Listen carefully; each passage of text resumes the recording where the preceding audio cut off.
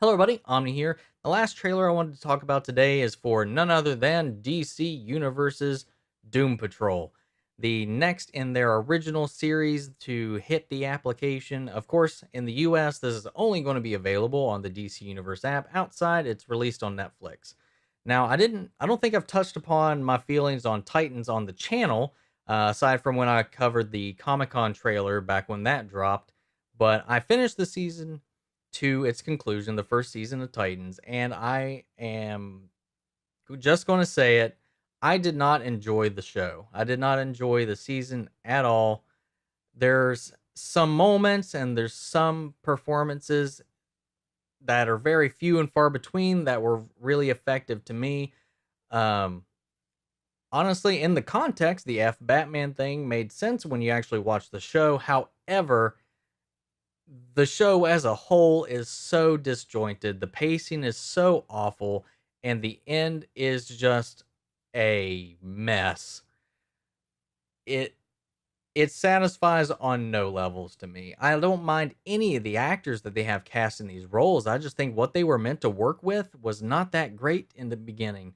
The effects are really bad, and that's probably because of the budgetary constraints due to this being their first launch, the pilot season for this pilot application that the DC has put out there.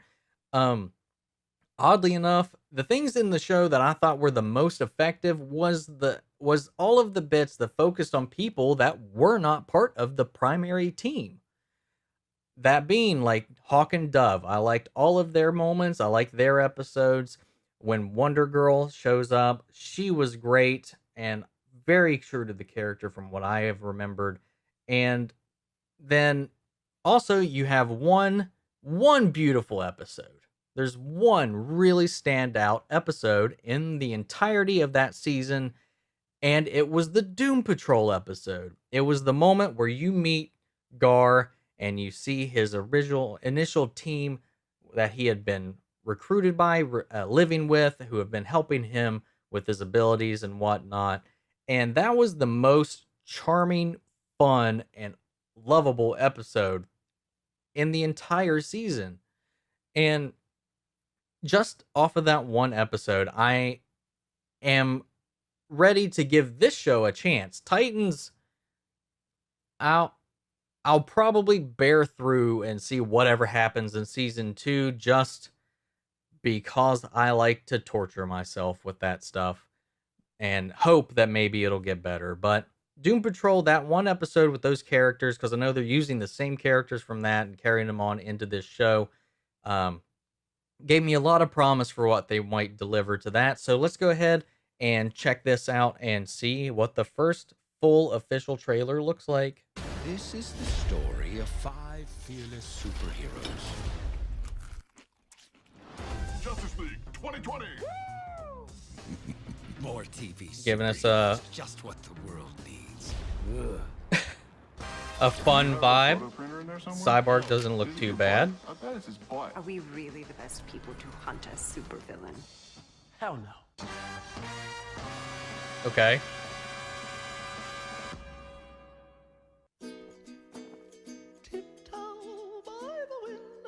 See, this is a fun little tone to go for. Shoulders in, use the light. Posture. My right side, that's my good side. Smile, no smile. Minimal Smile, smile. Are CGI. we smiling? Am I the only one who always ends up with red eye? Cheesy jokes. Timothy Dalton.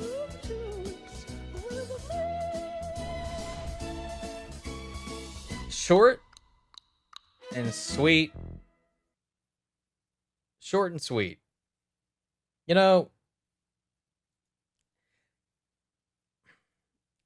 DC has such a weird track record right now, because you when with all the criticism that the Snyderverse had in recent years about being so gritty and so dark, that they would make the conscious decision while with their cinematic universe they're lightening that tone, doing a lot more variety and tones across the board for their different platforms going forward. Their different ship. What's the word I'm looking for? They're different flagships moving forward, like with Aquaman, Wonder Woman, they're all standing out and doing different things. Um, Along with the Joker movie coming out, like there's a variety in tones, and they're putting those tones in the right places now. It seems like in the film aspect of things, maybe there's a bright light at the end of the tunnel that is in the wake of this Snyderverse extravaganza. Yet, then when Titans hit the field at Comic Con last year, I was blown away with how they completely 180'd that for this show.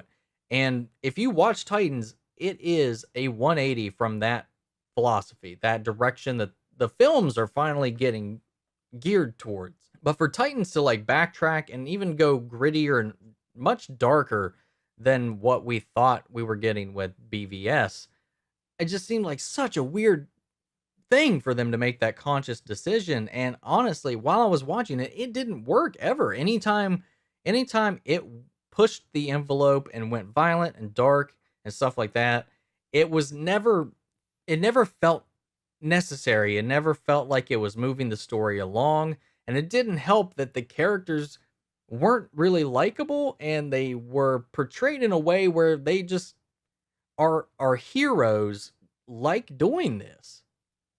I don't know. It doesn't make any sense. Like there's supposed to be a character arc somewhere in there, and it never happens. There's never the arc. And it just blew my mind that they would make that conscious decision out of all of the backlash after Batman versus Superman. But this is the opposite. It's coming from the same team. What is going on? I don't understand who is making these decisions and who is signing off on them. Because Greg Berlanti is behind both of these shows, as far as I'm aware, and he's working on the CW stuff. He runs all of that. He's the CW Kevin Feige, essentially. And, like, all of those make sense, but whatever is going on in this DC branded DC Universe app just seemed really scatterbrained.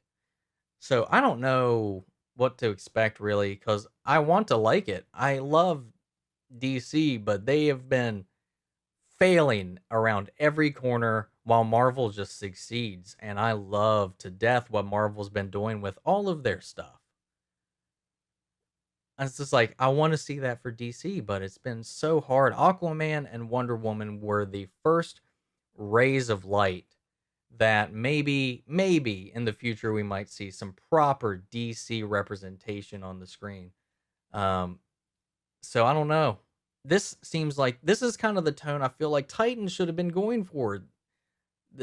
I know that despite the Teen Titans animated series, that took things in a much goofier direction than even in the comics. But even in the comics, they were serious, but they weren't. They dealt with serious things. They dealt with really serious topics, but they were never. It never took away from the characters. The characters themselves never were borderline the villains. That wasn't what the Teen Titans were, or the Titans even at that point. Maybe that's changed. Maybe I'm just thinking in the days of old, but I don't know. Let me know what you guys think. How's this makes you feel? If you've watched Titans, I'd love to know what your takeaway was from it.